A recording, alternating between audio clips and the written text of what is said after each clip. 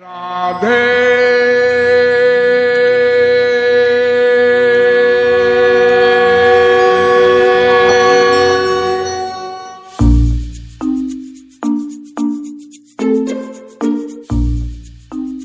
ये पापा आ गए।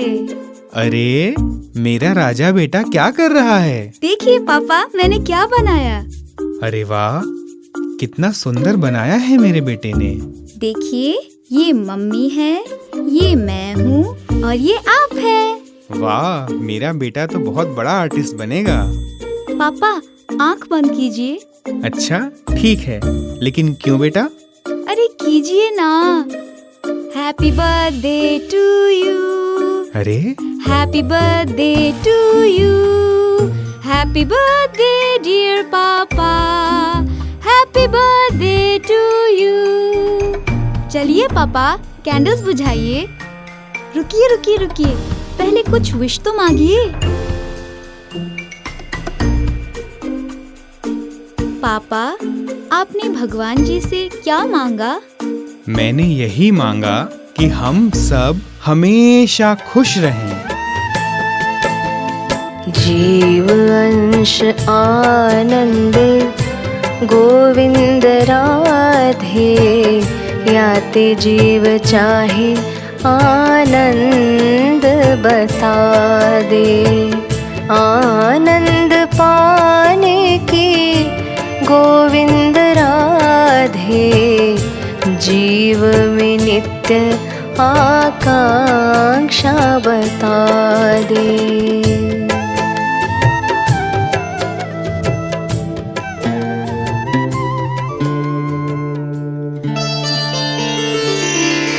देखिए, मेरे समीप होकर भी अज्ञान रूपी अंधकार के कारण यह आत्मा अनुभव ही नहीं कर पा रही है कि मैं इसके इतने समीप बैठा हूँ।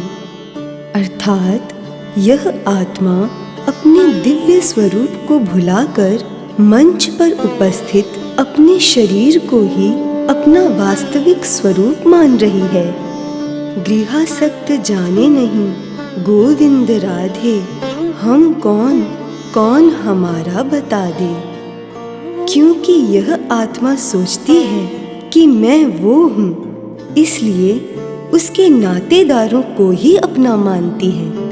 परंतु वास्तव में तो ये यहाँ है, मेरे पास, और केवल मैं ही इसका हूँ।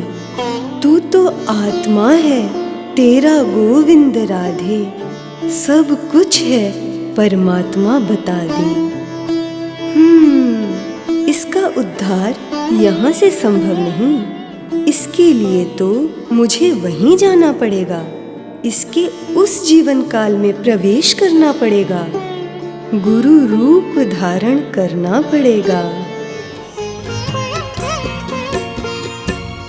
हरि सन्मुखता में गोविंद राधे, वैदिक गुरु अनिवार्य है बता दे। गुरु है महात्मा गोविंद राधे, आत्मा को परमात्मा ते मिला दे। गुरु जीव के अच्छे संस्कारों को जागृत होते देख बड़ी ही चतुराई से उसके जीवन में प्रवेश करते हैं।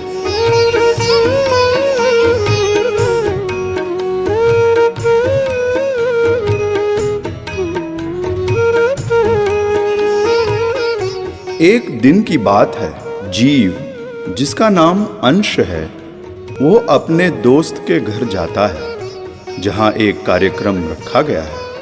वहीं पर गुरु और जीव की पहली बार मुलाकात होती है।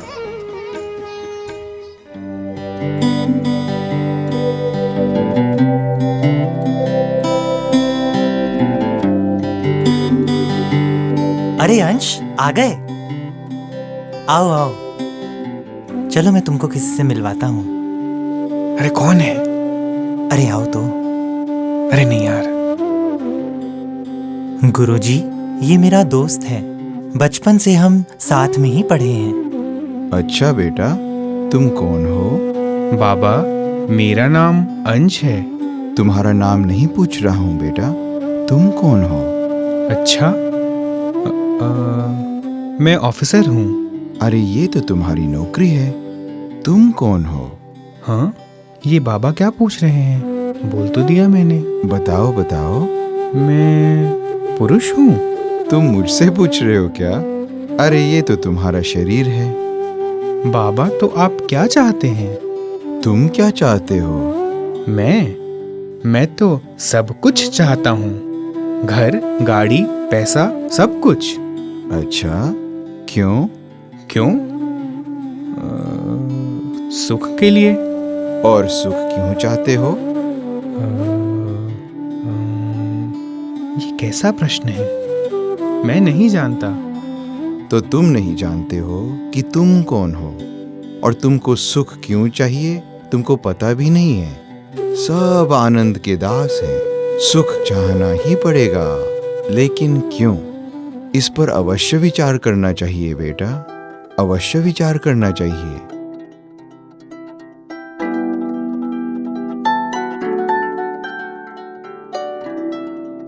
मैं नहीं जानता हूं कि मैं कौन हूं। सुख तो बिल्कुल चाहता हूं, लेकिन क्यों पता नहीं। ऐसा तो मैंने कभी सोचा ही नहीं।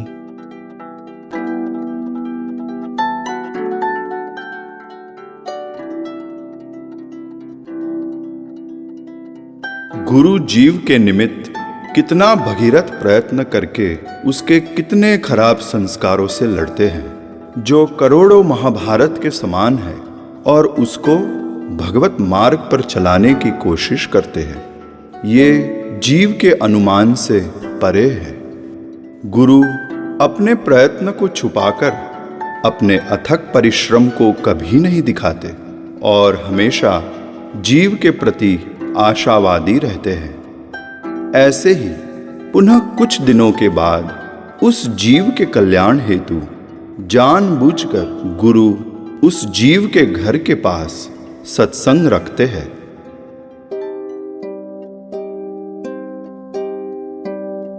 अरे, मेरा दोस्त रोहित तो आया नहीं अभी तक। अच्छा, थोड़ा जल्दी पहुंच गया मैं। ठीक है, मैं थोड़ी देर यहीं इंतजार कर लेता हूँ।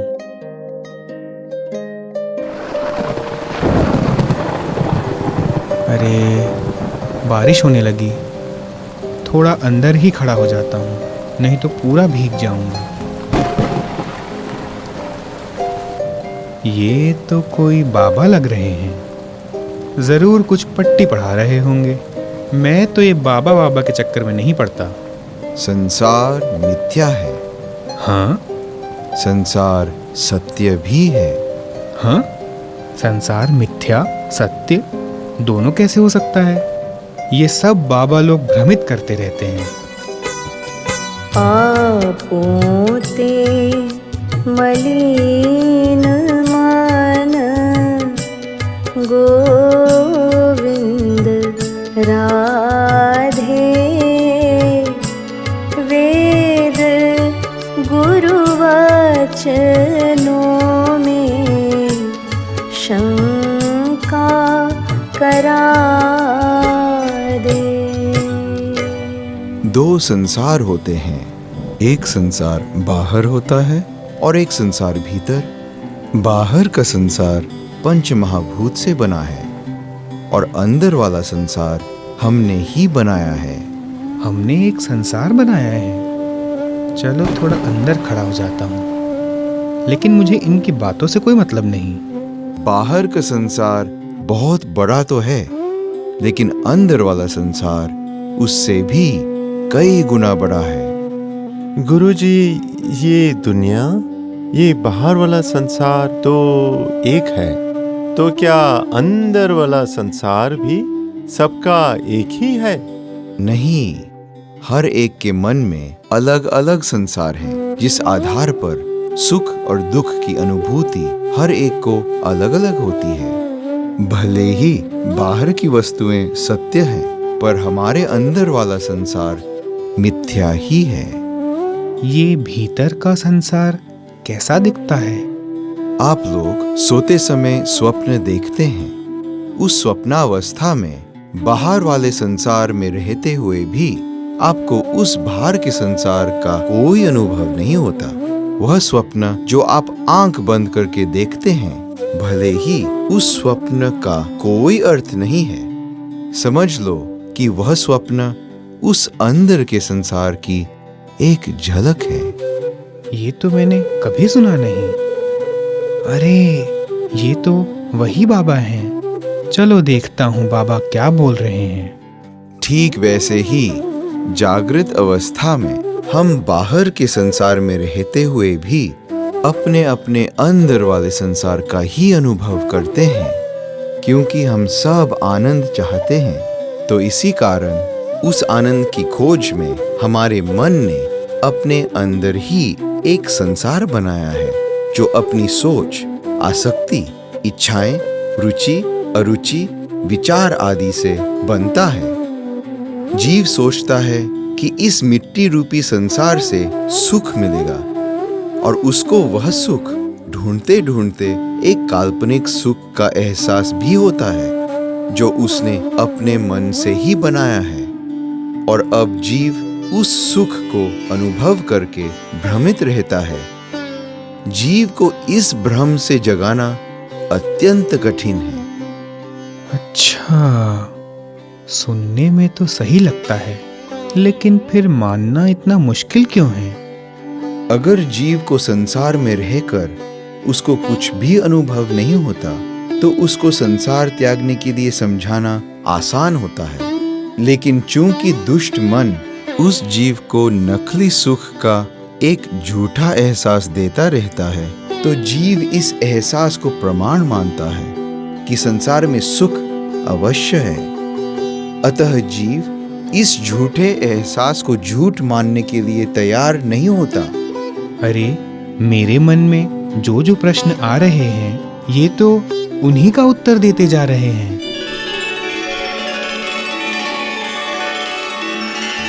हाँ, महापुरुष की वाणी ऐसी अलौकिक चीज है कि क्षत्रिय के बाण की तरह जिसके हृदय में लगनी है, लगेगी।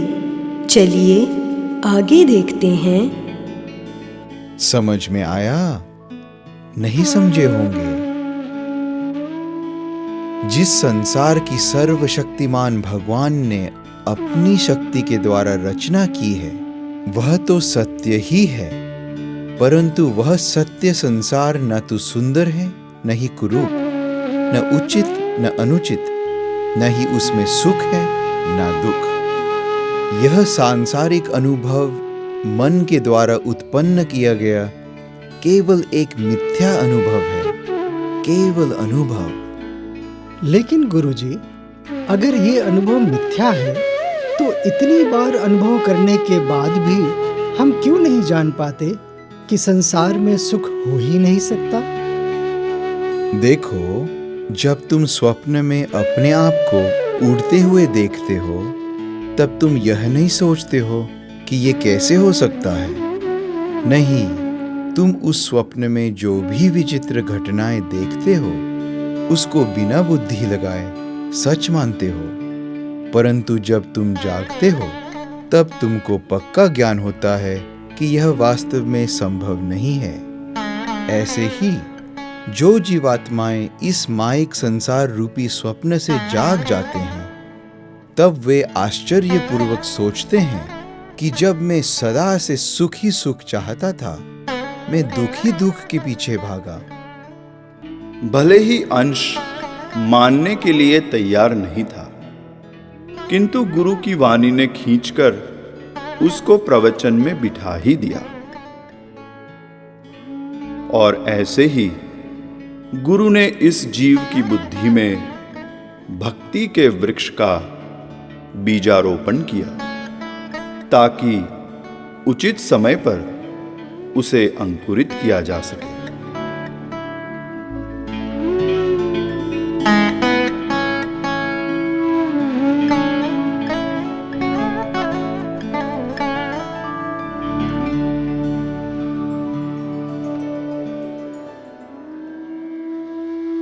कई दिन बीत जाते हैं। एक दिन अंश और सपना के बेटे की अकस्मात मृत्यु हो जाती है। उस दिन से अंश की दुनिया पूरी पलट जाती है और जिस सुखमय जीवन से अंश अब तक परिचित था, अब उसी जीवन को वह पहचान भी नहीं पा रहा है। उसकी पत्नी सपना मानसिक संतुलन खो बैठती है। अंश और सपना का संबंध बिगड़ने लगता है और दोनों के बीच बार बार झगड़ा होने लगता है।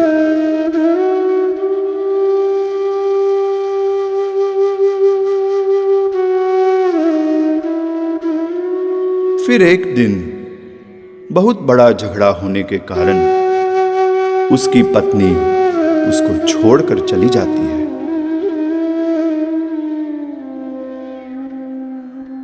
अत्यंत संसारी दुख का अनुभव करते हुए अंश गहरी सोच में डूबने लगता है।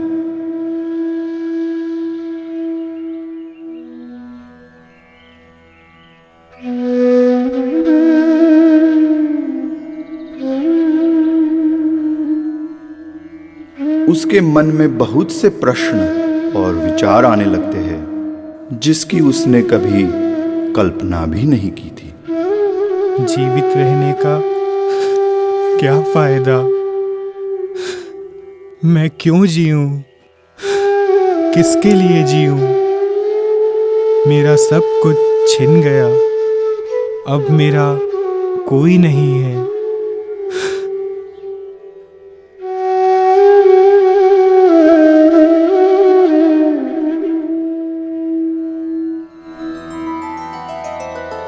राधे राधे। अरे, कोई है? राधे राधे। इस समय कौन हो सकता है? राधे राधे। हाँ हाँ, आ रहा हूँ, रुको।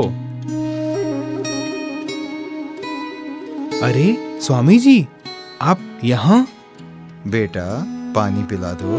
अच्छा अच्छा, आइए आइए, मैं अभी पानी लेकर आता हूँ। गुरुजी आ गए। कहाँ से आए होंगे? एक बात बताओ, तुमने कभी सोचा है कि सपनों की शुरुआत कब होती है और कहाँ होती है? तुम बस अपने आप को उन सपनों के बीच में पाते हो ना? क्या स्वामी जी? अरे कुछ नहीं।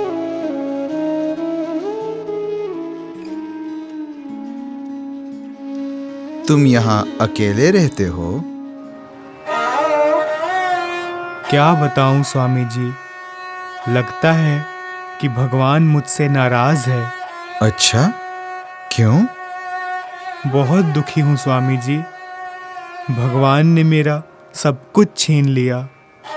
एक ही प्यारा सा बेटा था, वो भी मर गया। मेरी पत्नी भी मुझे छोड़कर चली गई। अब मेरे जीवन में कुछ नहीं रहा। ये तो बहुत बुरा हुआ, लेकिन इसका दोष तुम भगवान को मत दो बेटा। भगवान तुमको बहुत प्यार करते हैं। वे जो भी करते हैं तुम्हारी भलाई के लिए ही करते हैं। अच्छा, भगवान ने क्या किया मेरी भलाई के लिए? बताइए, क्या किया भगवान ने? अरे ये पूछो कि भगवान ने क्या नहीं किया तुम्हारे लिए। आत्मा को किसी भी स्थान पर किसी भी काल में सुख दुख छू नहीं सकते, क्योंकि आत्मा तो मुझ अविनाशी परमेश्वर का ही प्रकाश रूप है। अति उत्तम। अब शायद मेरे प्रयास सफल हो जाएं। क्या जीव मेरे समझाने से स्वीकार करेगा? मेरी तरफ मुड़ेगा? चलो देखते हैं। कहाँ है भगवान जो मेरे लिए सब कुछ करता है? तुम्हारे अंदर ही बैठे हैं अंश, तुम्हारे अंदर ही बैठे हैं। मेरे अंदर भगवान बैठे हैं?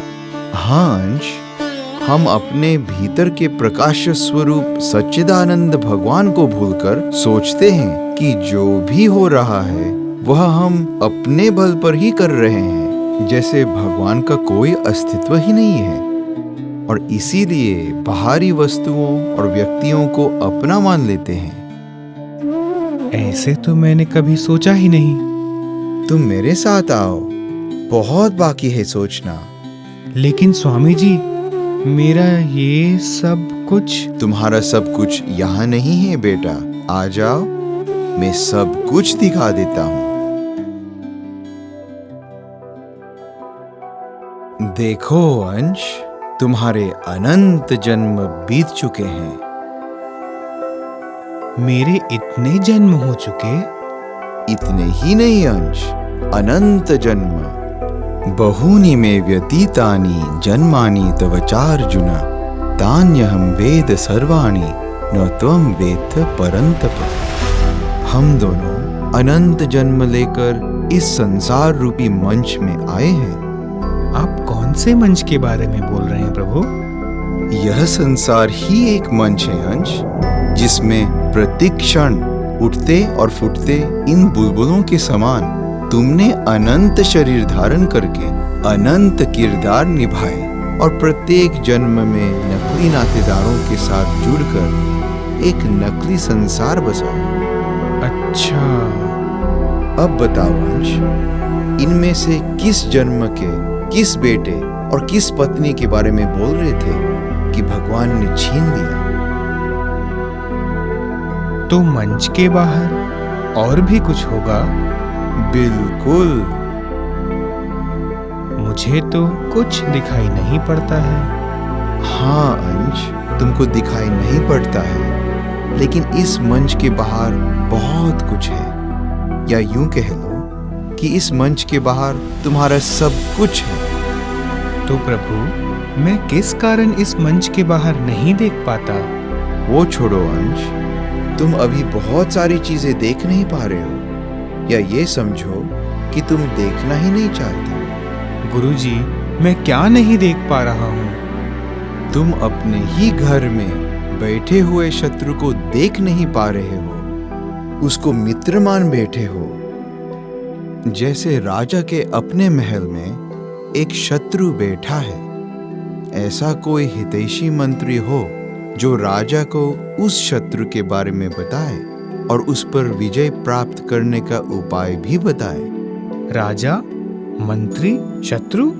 मैं समझ नहीं पा रहा हूँ। तुम वही राजा हो और वो हितैषी मंत्री मैं हूँ। अब सुनो अंश, तुम्हारे हृदय रूपी महल में एक शत्रु छुपा है। वो शत्रु और कोई नहीं, तुम्हारा ही मन है अंश। मन। मेरा मन? मेरा शत्रु? ये कैसे हो सकता है गुरुजी? जब मुझे ऐसा कुछ महसूस ही नहीं होता तो मैं कैसे उस शत्रु को पहचानूं? देखो अंश, क्या दिख रहा है? प्रभु, ये तो कोई लाचार व्यक्ति दिख रहा है जिसको किसी ने बांध कर रख दिया हो। ये कौन है और नाच क्यों रहा है? अरे, ये वही शत्रु है जो मैंने अभी बताया था। अच्छा, तो ये मन है, लेकिन वो किसके इशारे पर नाच रहा है? और अच्छे से देखो अंश। ये रस्सी, ये इन तीनों ने क्यों बांध कर रखा है? अच्छा, ये तीनों नचा रही हैं इसको। गुरुजी, बताइए मुझे, ये तीनों कौन हैं? अंश, तुम सही कह रहे हो। ये 3 गुणों वाली माया ही है जो इसे नचा रही है। ये माया क्या भला है गुरुजी? माया वही शक्ति है जिस कारण भगवान की गोद में बैठे होने के बावजूद भी तुमको लग रहा है कि तुम रंगमंच पर बैठे हो। तो इसका मतलब मैं रंगमंच पर हूँ और नहीं भी हूँ। दोनों अवस्था कैसे संभव है? आश्चर्य। गुरुदेव, इसका मतलब माया मन को नचा रही है, मन मुझे नचा रहा है, मतलब मुझे माया नचा रही है। ये कैसी विचित्र माया है? माया के बारे में और बताइए। माया के बारे में और सुनो अंश।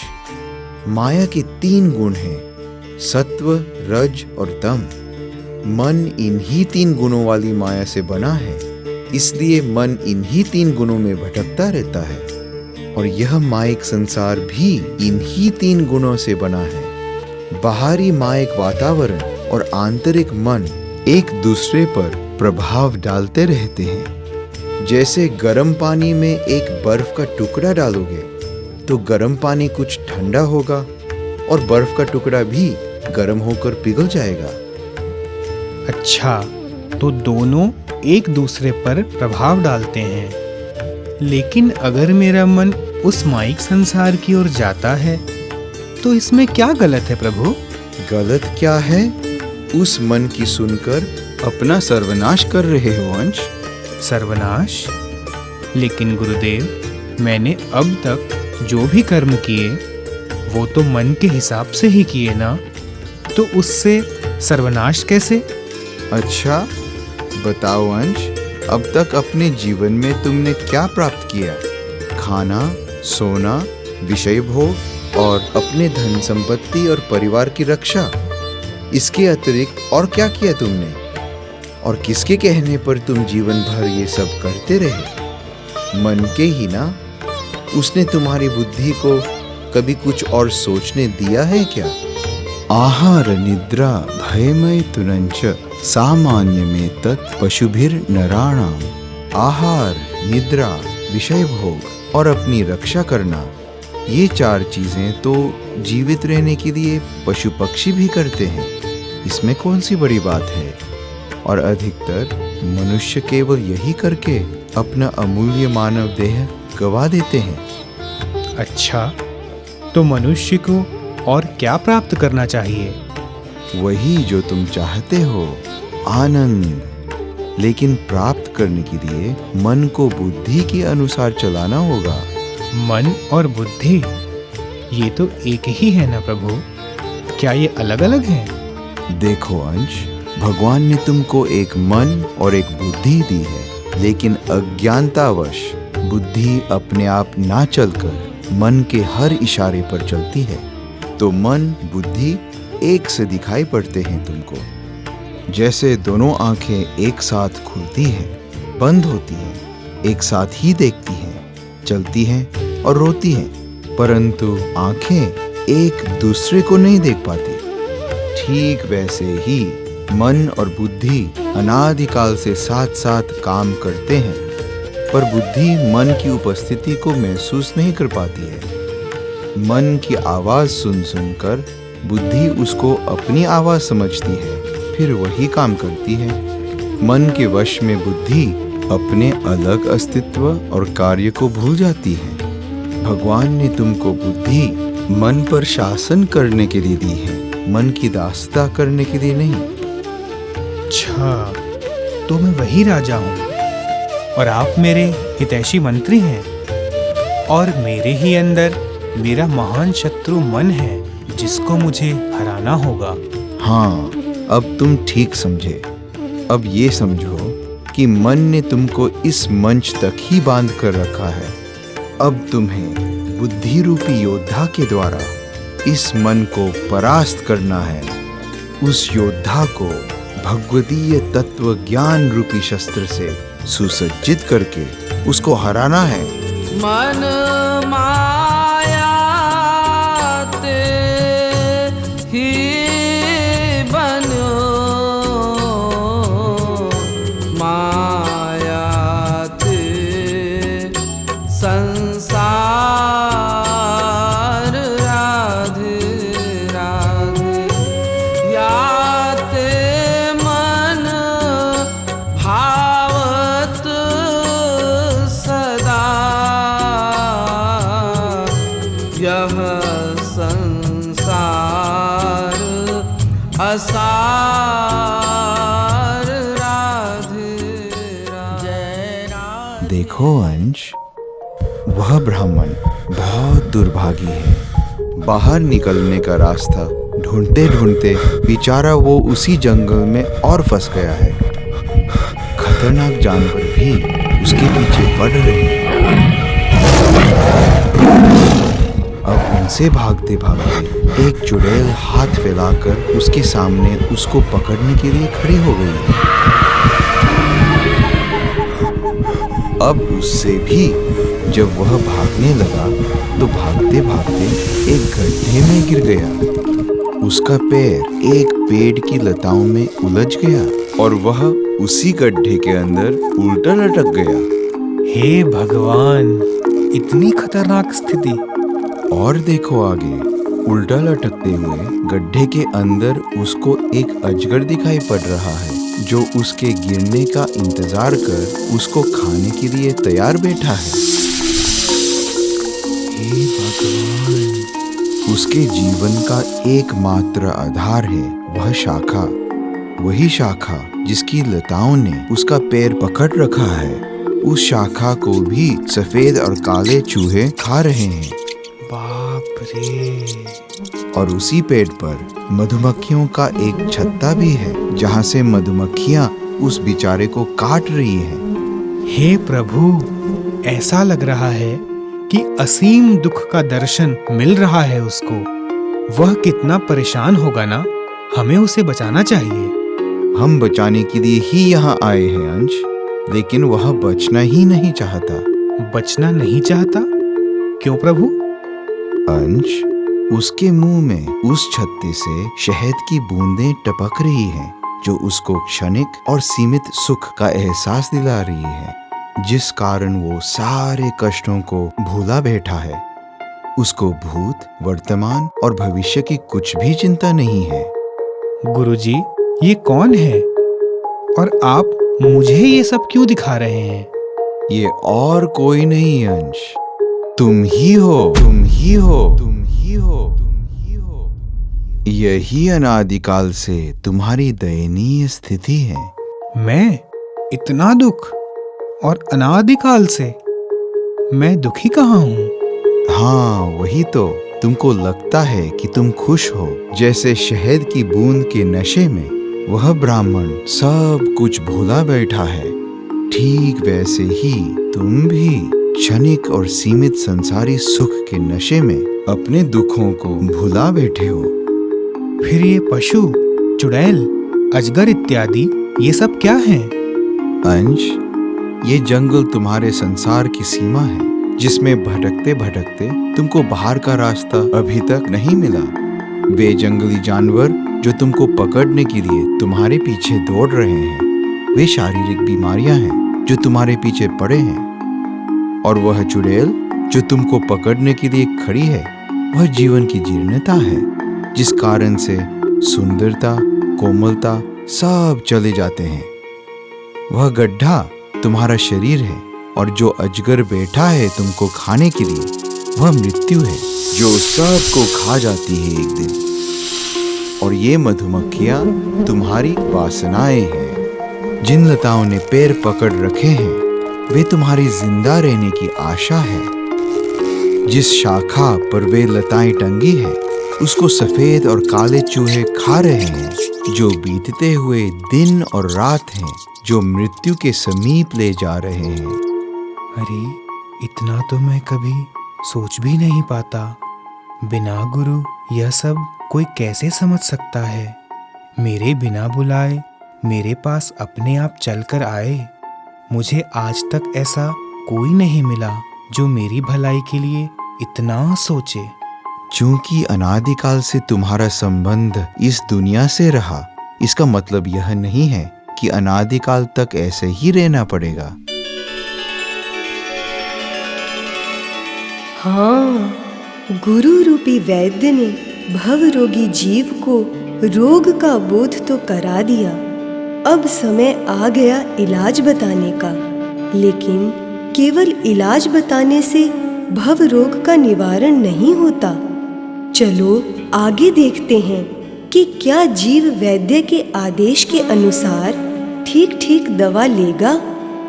सद्गुरु वैद्य वचन विश्वासा, संयम यह न विषय की आशा। ऐसा दिखाई पड़ता है कि मेरी स्थिति बहुत ही भयानक है। गुरुजी, मेरे लिए क्या उपाय है? अंश, मन को भगवान में लगाना होगा। मन तो माया का बेटा है, इसलिए माया के पास ही जाएगा। लेकिन जहां भी मन जाए वहां भगवान श्री कृष्ण को खड़ा कर दो। अनंत ब्रह्मांड नायक हैं श्री कृष्ण, लेकिन वही सर्वशक्तिमान भगवान श्री कृष्ण ही तुम्हारे सर्वस्व हैं। उनसे ही प्यार करो। भगवान की पूजा कर सकता हूँ, लेकिन भगवान से प्यार कैसे करूँ? जैसे तुम माँ बाप, स्त्री और बेटे से प्यार करते हो, ठीक वैसे ही तुम भगवान से प्यार कर सकते हो। कभी उनको स्वामी बना लो, कभी दोस्त बना लो, कभी बेटा और कभी अपना प्रियतम। जैसे चाहो कपड़े पहनाओ, जैसे चाहो खाना खिलाओ। कोई नियम कानून नहीं, कितना सरल है। बस निरंतर प्यार बढ़ाओ। इसी को रूप ध्यान बोला जाता है। यही तो साधना है। जब तुम रूप ध्यान करने की कोशिश करोगे, माया का संसार बार बार विचित्र रूप से तुम्हारे सामने आएगा, परेशान करेगा। लेकिन मैं सदा तुम्हारे साथ रहूंगा। इसके ऊपर विश्वास करके आगे बढ़ने की कोशिश करते रहना, हार नहीं मानना। तो एक दिन भगवान तुम्हारे सामने खड़े हो जाएंगे। मैं क्या बताऊं गुरुजी, मैं कितने अंधकार में था। आज आपने मेरी आंखें खोल दी। अच्छा, आंखें खुल गई? अंश, तुमको याद है ना कि थोड़ी देर पहले मैंने पूछा था कि सपनों की शुरुआत कहाँ से होती है? नहीं जान पाए ना? बस उन सपनों के अंदर कहीं किसी स्थान पर अपने आप को खड़ा पाते हो। गुरुजी, स्वप्न मतलब कब शुरू हुआ? मेरे गुरुवर मेरे गिरिधर प्यारे, दो ये कहीं होना सपने हुन्यारे। हरि की कृपा ते मिले गुरुवर प्यारे, गुरु की कृपा ते मिले गिरिधर प्यारे।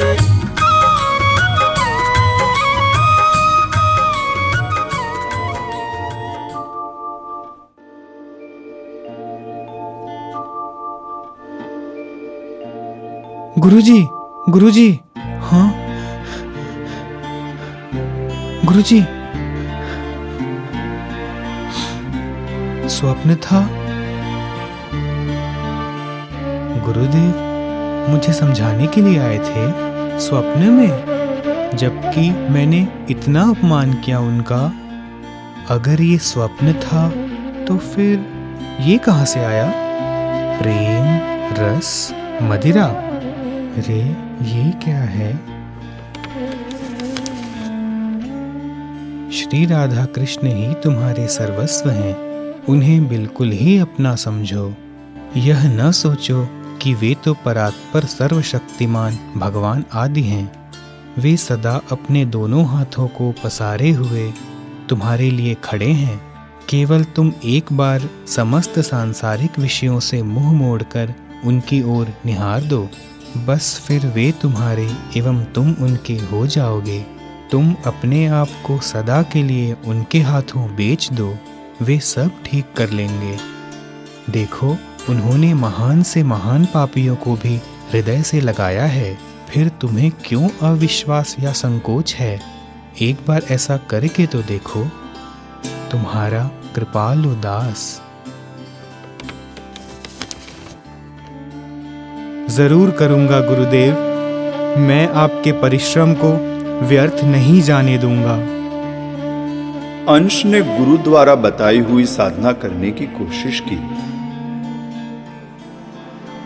कहूँ देखे आले ललित त्रिभंगी लाल, कहूँ देखे आले। शुरुआत में अपने पुराने संस्कारों और चिंतन के कारण बहुत मेहनत तो करनी पड़ी।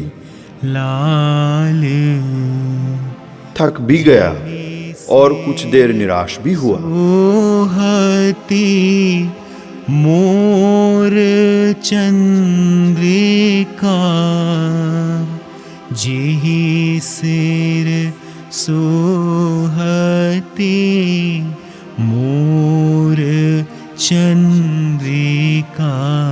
फिर जी जान से आगे बढ़ने लगा और कुछ ही दिनों में भगवत ध्यान होने लगा। लोचन कमल विशाल, सो कृपालो मम जीवन धन प्रिय। उसका मन माइक है, उसका ध्यान माइक है, फिर भी मैं स्वीकार करता हूँ। उसके प्रयत्न को देखकर अत्यंत प्रसन्न हूँ और उसके इस प्रयत्न का उसको दिव्य फल ही मिलेगा।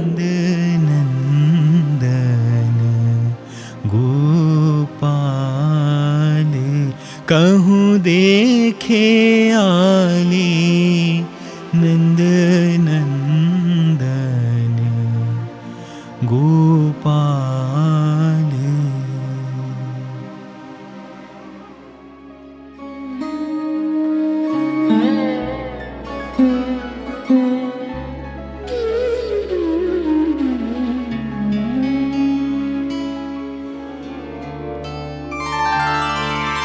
मायाबद्ध जीव की दयनीय स्थिति धधकती हुई दावाग्नि के समान है। इस वन के अनंत वृक्ष जीव के अनंत जन्म है, जिन्हें उसी जीव के अनंत पाप और उन पापों से प्राप्त दुख रूपी अग्नि जला रही है। जैसे धधकती हुई दावाग्नि के बीच में यह समझना असंभव है कि इस अपार अग्नि की शुरुआत कहाँ से हुई, वैसे ही यह समझना असंभव और निरर्थक है कि आत्मा की इस दयनीय स्थिति की शुरुआत कहाँ से हुई। भगवान जल के अनंत सागर के समान है, अनंत आनंद के भंडार, जो आत्मा के अनंत दुखों की अग्नि को बुझा सकते हैं। परंतु वही परमात्मा हमारे भीतर बैठे होने के बावजूद हम उनकी असीम कृपा रूपी महासागर का कोई लाभ नहीं उठा पाते। परंतु जब उस अनंत महासागर का जल जब एक अति बृहत मेघ का रूप धारण कर लेता है, तब जैसे मेघ जल बरसाते हैं, वैसे ही गुरु दुखी आत्मा पर कृपा बरसाते हैं। मेघ आकाश में रहकर दावाग्नि से और वन से परे होते हुए कुछ हासिल नहीं करना चाहता है। मेघ स्वेच्छा से आता है, स्वेच्छा से जाता है। यह स्वतंत्र रूप से प्रचुर मात्रा में दावाग्नि पर बरसता रहता है। जब जंगल की अग्नि किसी राज्य में व्याप्त होती है, तो स्थानीय अधिकारी उसे बुझाने के लिए तत्पर हो जाते हैं। परंतु जब भगवान पूरी दुनिया के दावाग्नि को देखते हैं, तब अपनी असीम अनुकंपा और दया के स्वभाववश भगवान कृपालु महाप्रभु के रूप में अवतार लेते हैं।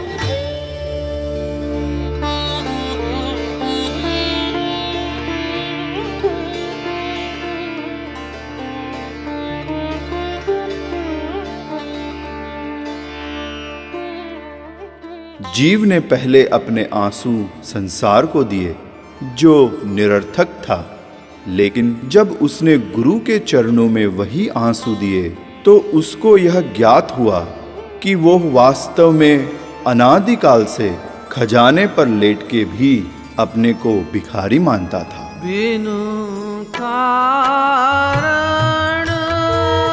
अनंत दुख के सागर में डूबे हुए भी मुझे कभी ज्ञात नहीं हुआ कि मैं दुखी था।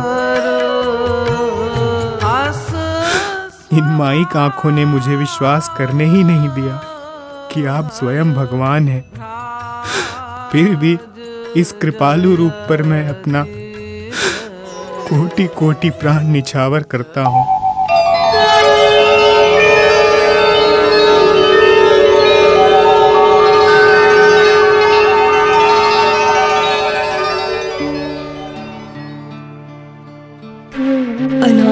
काल से मुझसे विमुख होने के कारण तुमने अनंत दुख पाए और पाप किए। मैं अपनी भुजाओं को पसारे हुए प्रति क्षण तुम्हारी प्रतीक्षा कर रहा था कि तुम कब शरणागत होगे, मेरी तरफ कब मुड़ोगे, कब मुड़ोगे। और अब वो समय आ गया। अब मुझसे नहीं रहा जाता। अब एक क्षण भी व्यर्थ मत करो। आओ, मेरे हृदय से लग जाओ।